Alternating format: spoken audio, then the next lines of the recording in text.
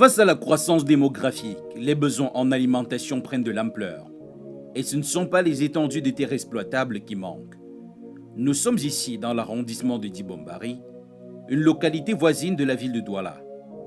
À plus de 10 km de l'axe principal, la société de transformation et de commercialisation des produits agropastoraux, en abrégé SOPCOPA, s'est procuré un site de 2 hectares pour la culture du maïs. Il faut dire que SOPCOPA, déjà, c'est la société de transformation et de commercialisation des produits agropastoraux. Dans agropastoraux, on voit là les produits d'agriculture et les produits d'élevage. Et donc SOPCOPA, c'est un projet qui date depuis 2017. En 2017, nous avions commencé avec la commercialisation des produits agricoles déjà.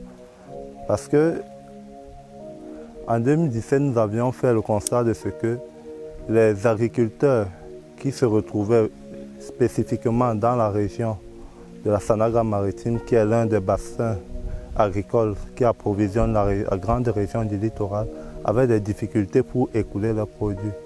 Soit ils ne parvenaient pas à sortir des champs, soit ils se faisaient arnaquer par des commerçants qui n'étaient pas toujours de bonne foi. Et donc, qu'est-ce que nous avions pensé faire? Nous avons donc pensé mettre sur pied un service qui devait jouer l'intermédiaire entre l'agriculteur d'un côté et le commerçant de l'autre. Cela permettait de faire quoi? Cela permettait de sécuriser et de mettre en confiance l'agriculteur qui, au bout de sa production, devait avoir des personnes prêtes à consommer ou prêtes à prendre leurs produits champêtres.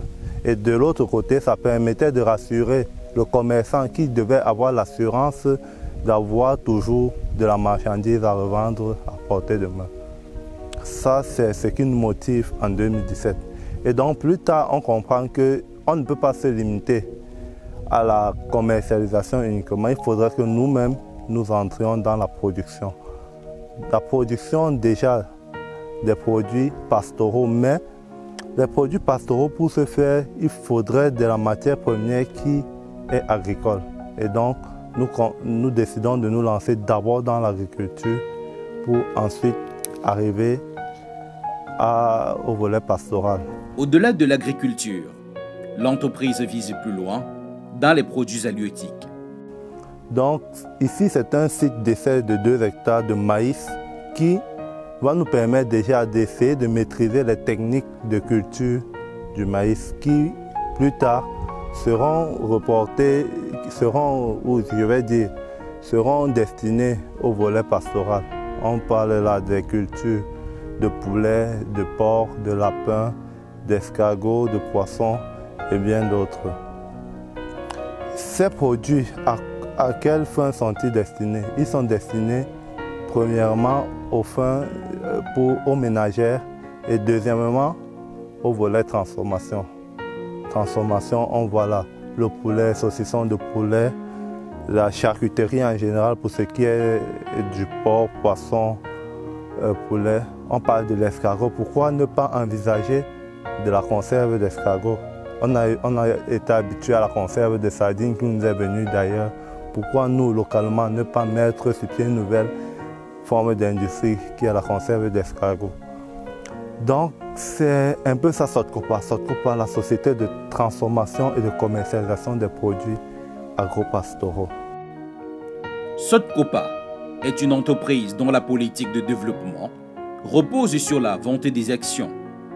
Autrement dit, il est donc possible au public d'investir dans son capital et gagner des bénéfices sur les revenus. Ceci, c'est pour ce qui est de ce site.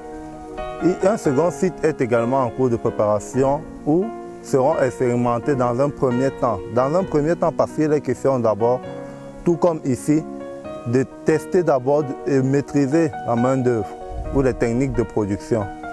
Après cela, nous irons à des échelles beaucoup plus grandes, c'est-à-dire, pourquoi pas passer, nous passerons pas, pourquoi pas, nous passerons de 2 à 5, ensuite de 5 à 10 hectares, voire plus. Et donc, dans la zone de PK40, qui est le second site, nous envisageons là-bas effectuer les cultures de tournesol et de soja. Pourquoi ces 2 cultures?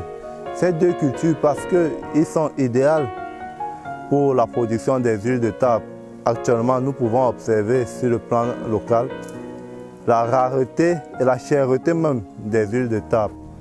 Et nous envisageons donc pour cela produire des huiles à base des cultures telles que le tournesol ou le soja. Le soja qui sera doublement bénéfique car en plus de l'extraction d'huile, nous pourrons les utiliser dans un second temps dans le volet pastoral, car c'est l'une des denrées essentielles dans la production des produits pastoraux.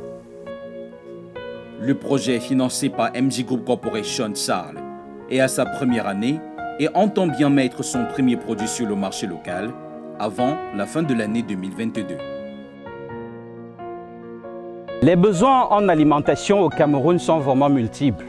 Et justement, pour résoudre ce problème, plusieurs entreprises se sont lancées dans un challenge indescriptible.